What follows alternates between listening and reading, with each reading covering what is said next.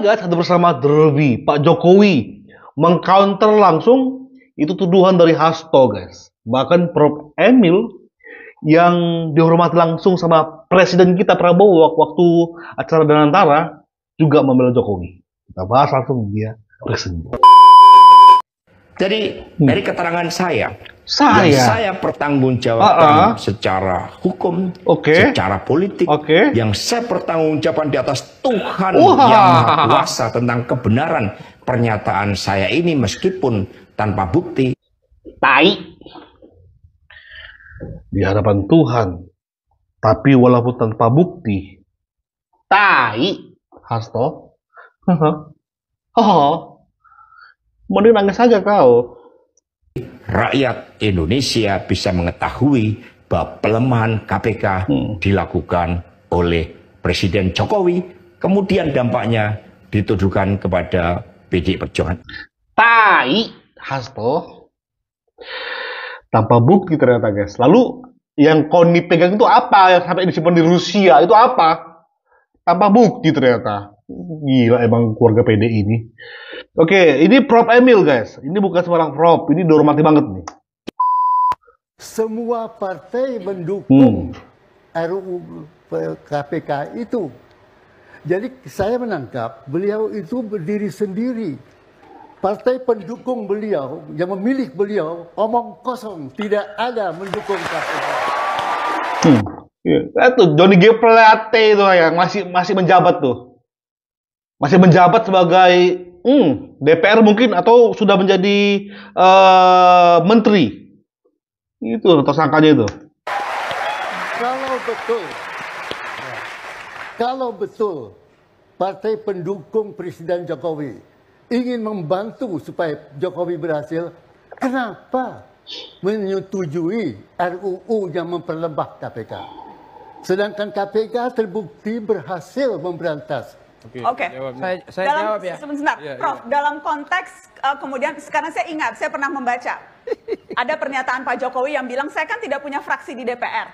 Konteksnya apa ketika menyampaikan itu? Apakah memang itu pengakuan bahwa sedang dikeroyok DPR? Implisit berkata semua partai mendukung RUU KPK itu. Beliau sendiri berdiri sendiri. Mana partai-partai yang sok membantu beliau? Iya. Guys, ketika Pak Jokowi mendorong undang-undang perampasan hak aset karena dia nggak berhasil untuk memperkuat KPK, partainya sendiri yang mengkhianati dia. Yes, kenapa aku bilang mengkhianati? Harusnya ya, PDI ini sebagai partai pendukung Jokowi mendukung Jokowi. Jangan dibiarkan adanya RUU itu. Sekarang Hasto pengen melempar tangan. Enggak, PDI yang bertanggung jawab. Sampai Pak Jokowi ngasih draft RUU perampasan hak aset, PDI juga nggak menyambut. Harusnya PDI yang menyambut itu sebagai partai pengusung Jokowi. Sekarang kalian baru teriak ketika Jokowi udah meninggalkan kalian, baru kalian teriak sekarang kan, mampus kalian semua. Kesel banget aku asli. Oke, ini langsung Pak Jokowi membantah guys. Kronologisnya itu harus runtut dilihat. Iya Pak. Karena ini kan zamannya keterbukaan. Coba dilihat tahun 2015. Ada inisiatif dari DPR untuk memasukkan revisi RUU KPK ke prolegnas. Coba dilihat lagi. Iya. Dan saat itu terjadi ketidaksepakatan antara DPR dan pemerintah sehingga tidak jadi dibahas. 2016, 2017, 2018 juga ada upaya untuk melakukan pembahasan itu, tetapi juga tidak terjadi. Baru tahun 2019 masuk prolegnas karena memang semua fraksi yang ada di DPR setuju. Sampai pada akhirnya dibahas dan digedok sahkan di rapat paripurna semuanya atas inisiatif DPR. Iya. Ya, itu aja. Jadi waktu itu Pak Jokowi mengeluarkan surat presiden Ya surprise-nya itu kan itu kalau sudah semua fraksi menyetujui, semua fraksi di DPR setuju, ya Presiden kalau tidak musuhan dengan semua fraksi dong.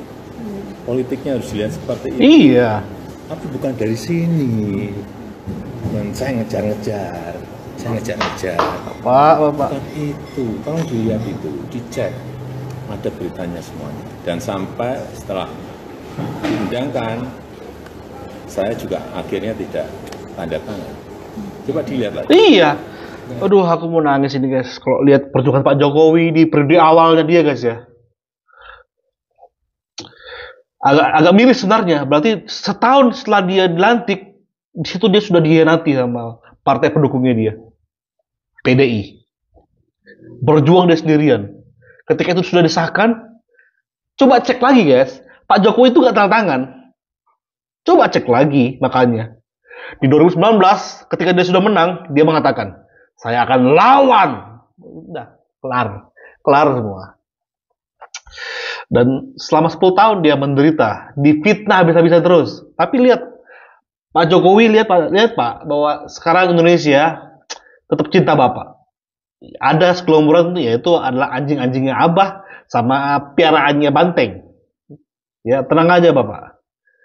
Kalau Tuhan sudah mengangkat derajat Bapak, udahlah, nggak ada satupun yang dapat menjatuhkannya. Aduh, terharu ini. Ya. Tapi kan aturannya tetap setelah 30 hari bisa berlaku. Gitu. Ya, itu aja. Paham kan? Walaupun tanda tangan Jokowi, 30 hari setelah itu tetap berlaku. Ya Tuhan, kenapa kita nggak dari awal mengawal Pak Jokowi ya guys ya? Pak Hasto tanggapannya seperti apa? Untuk tudingan Pak Hasto tanggapannya seperti apa? Ya tadi. Jadi dengan UU tadi tidak ada niatan, dari Pak Hasto kan menyatakan bahwa UU tersebut itu karangan cerita, semua orang bisa membuat karangan cerita. Udah, itu aja. Penegasan dari Pak Jokowi seperti ini. Saya kira itu aja. Berarti tidak ada untuk memuluskan Mas Gibran dan Mas Bobi. Hubungannya apa? Coba pakai logika dong kita itu. Pakai logika. Untuk apa? Masa udah mengugurkan hal yang kecil pilihan wali kota, yang benar aja. Jelajah. Oh my god. Ternyuh terus kalau bahas Pak Jokowi ini ya. Oke, yang terbaru terus. Yang saya bilang tadi, Tuhan mengangkat Pak Jokowi itu dengan cara Pak Prabowo menghargai Pak Jokowi. Yang terbaru guys ini guys ya, lewat Bank Emas. Dengan bangga, pertama kali dalam sejarah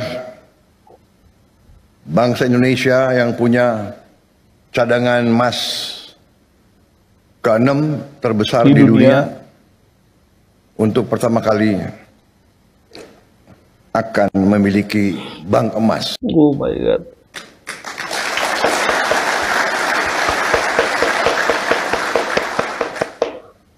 Saya ucapkan terima kasih atas semua pihak yang telah bekerja keras untuk mencapai hari ini. Saya paham bahwa persiapan bank emas ini memakan waktu cukup lama. Kalau tidak salah, lebih dari 4 tahun. Takdir saya bahwa saya yang resmikan.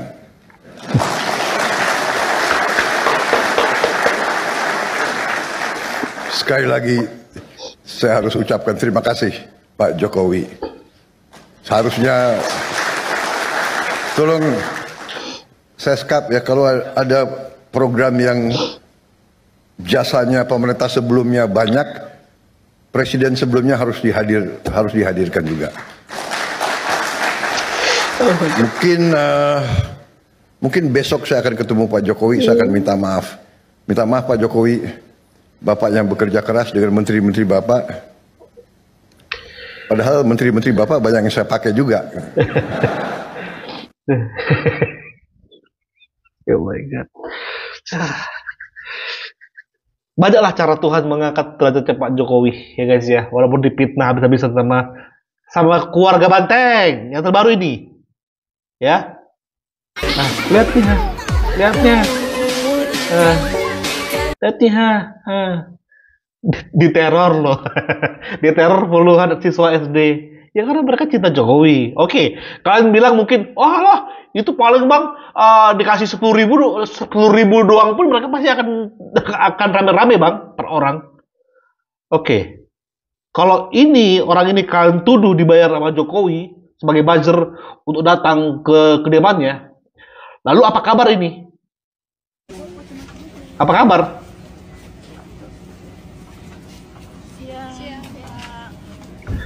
Apa kabar? Hah? Amatir.